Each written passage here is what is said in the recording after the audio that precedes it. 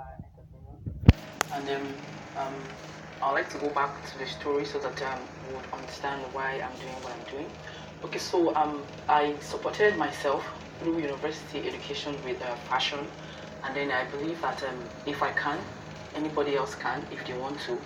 So coming from an indigent setting myself, I wanted to help people get out of lack, but for a very long time I didn't know how to. But after my journey in the NGO world, I realized that an individual can actually make impact, and then Hubert Humphrey, former Vice President of the United States. Yes, what amazes me is the ripple effect of an individual impact. And then when my project ended with Society for Family Health, I moved back home to Ibadan, and I started a business with the purpose of empowering 1,000 youth, because in Nigeria we keep complaining about no job, and then every day the rising youth unemployment doesn't look like it's going to end. So I decided to be empowering young people. The focus is on them out of school youth, and then educated but unemployed youth, and then that's how the vision for Fash4Dev started. Fash4Dev means Fashion for Development. So the goal is to empower 1,000 fashion entrepreneurs who would first of all employ themselves, and then minimum employ at least 2 people, others, and then from that we'll be able to create 3,000 jobs as a minimum. And so far we've trained 19 people, and then with World Connect funding we're currently training 12 women, and that's what we've done so far. Interesting, and that's great to hear, because this is sort of a social business model that the organization is using. And it's interesting because Nigeria is the second largest recipient of donor aid in Africa, and that's worrying because we know the several adverse effects that aid has. So I want to come back to you, Pamela, and ask you what the real difference is between donor aid and social entrepreneurship, and why a lot of organizations today are moving more towards social businesses and that structure, and moving away from donor aid. I think if you just look at the example of Omobolanle's project, we give her $850, and with that, she's training 12 people in her program, and from that, perhaps 20 to 30 jobs could come out of that. And her dream is to train 1,000 people with fashion businesses, and out of that come many hundreds of jobs, or jobs.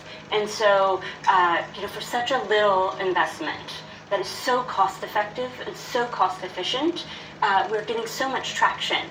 And it's also about the shift in the sort of perspective of the implementers, that it's their ideas that are valued. And she had tried for 3 years, I believe, to raise funding for this vision, and we're the first people to invite her, and that changes her perspective on what she can do and what's possible for her, and it changes the perspective of the community around her on her leadership and the possibilities of leadership and the hope and opportunity that could come from just $850.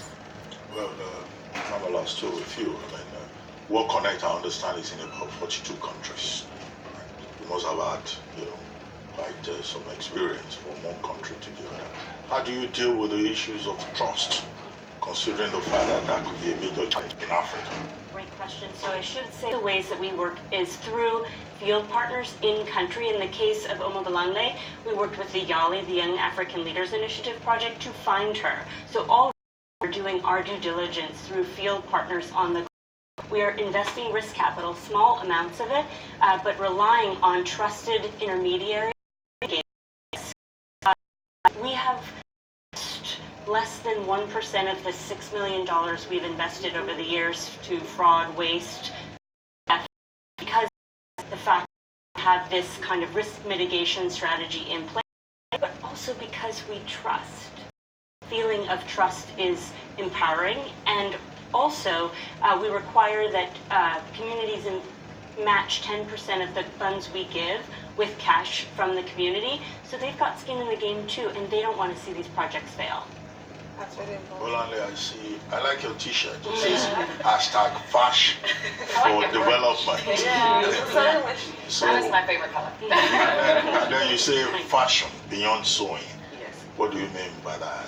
Okay, so generally for me Don't cover it up. okay.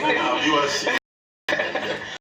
So based on my knowledge, I realize that most fashion business die with the founder in Africa, and then I've been thinking, what are we doing wrong? How are we doing it? Then I realized that most people who go into fashion start the business just to feed, and so when they die, the business die with them.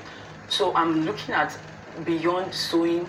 For people, we should have a business that outlive the founder, just like most fashion houses in the US, UK, and Europe. And so we don't just train these women how to sew. First of all, we go through a rigorous selection process, because we don't want to train people who just want to learn fashion for fun. We don't want to train people who just want to eat now. So we're trying to raise fashion entrepreneurs who will have established business that will outlive them. So this is why we mean fashion beyond sewing. We are training them on entrepreneurship, how to be a great leader, how to sustain their business, how the business will run, regardless whether they are there or not. That's what I mean by fashion beyond sewing. It's not just about sewing and making money and eating now. It's about a vision, and then we're making sure all our participants have a successor in mind even before they start their business. So this is what I mean